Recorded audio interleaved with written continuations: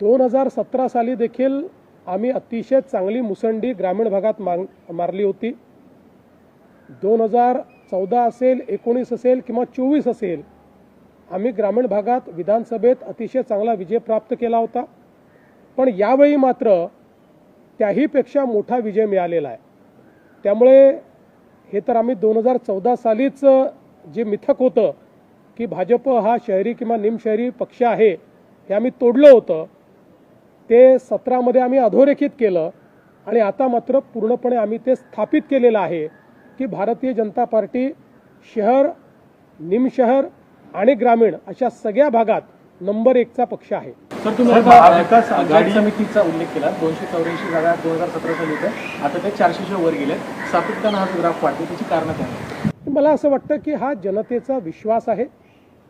एकूणच या देशामध्ये प्रधानमंत्री नरेंद्र मोदीजी यांनी ज्या प्रकारे ग्रामविकासाचं कार्य हातामध्ये घेतलं, ज्या प्रकारे ग्रामीण इन्फ्रास्ट्रक्चर करता मोठ्या प्रमाणात निधी उपलब्ध करून दिला, ज्या प्रकारे आवास योजना असेल, शौचालयाच्या योजना असतील किंवा लखपती दीदीची योजना असेल, अशा विविध योजनांतनं एक सकारात्मक वातावरण तयार केलं आणि त्याचवेळी महाराष्ट्रातल्या सरकारने जे कार्य करून दाखवलं त्यामुळे एक मोठा विश्वास हा जनतेच्या मनामध्ये तयार झाला। आज प्रत्येक जिल्ह्यामध्ये भारतीय जनता पार्टी असेल किंवा आमचे मित्रपक्ष असतील यांना एक प्रचंड समर्थन मिळतं आहे आणि त्याचाच परिणाम आहे की इतकी मोठी भरारी आम्ही या ठिकाणी मारली आहे।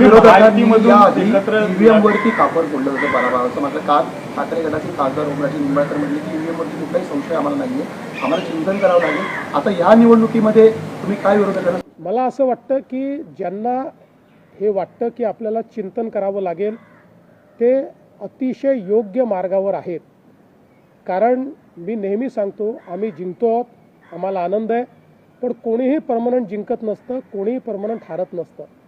पण जे लोक आपल्या हारण्याची कारणं शोधण्याच्या ऐवजी कोणावर तरी खापर फोडतात ते मात्र कधीच जिंकू शकत नाही।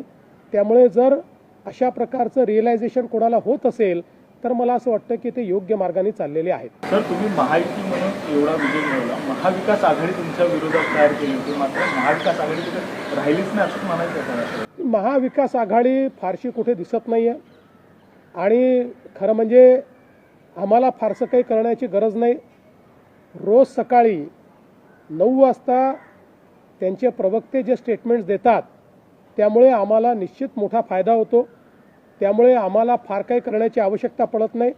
रोज त्यांची मतं कमी करण्याचं काम हे त्यांच्याच माध्यमातून होतं आणि आपणही लोक त्या ज्या काही त्यांचे जे काही स्टेटमेंट्स असतात की ज्याला कुठलाही अर्थ नसतो, ज्याला कुठलीही सत्यता नसते, ज्याला कुठलंही बेसिस नसतं, याला इतकी व्यापक प्रसिद्धी देता की त्यामुळे उलट आमचंच काम होतं आणि लोकांचा त्यांच्यावरचा विश्वास रोज कमी होत जातो। तर विरोधकांनी आधीच हार मानलेली असे चित्र या सगळ्या निवडणुकांमध्ये पाहायला मिळालं। कारण स्थानिक स्वराज्य संस्थांच्या निवडणुकांमध्ये विरोधकांनी सत्ताधारी अशी टक्कर गेल्या अनेक वर्षाच्या निवडणुकीची पाहायला मिळाली होती, परंतु या निवडणुकीत विरोधक आधीच हरले होते, असं चित्र पाहिजे। मला असं वाटतं की मुळामध्ये विरोधकांमध्ये जी लढण्याची एक शक्ती पाहिजे किंवा लढण्याची जी इच्छाशक्ती पाहिजे त्या इच्छाशक्तीचा कुठेतरी अभाव दिसतोय।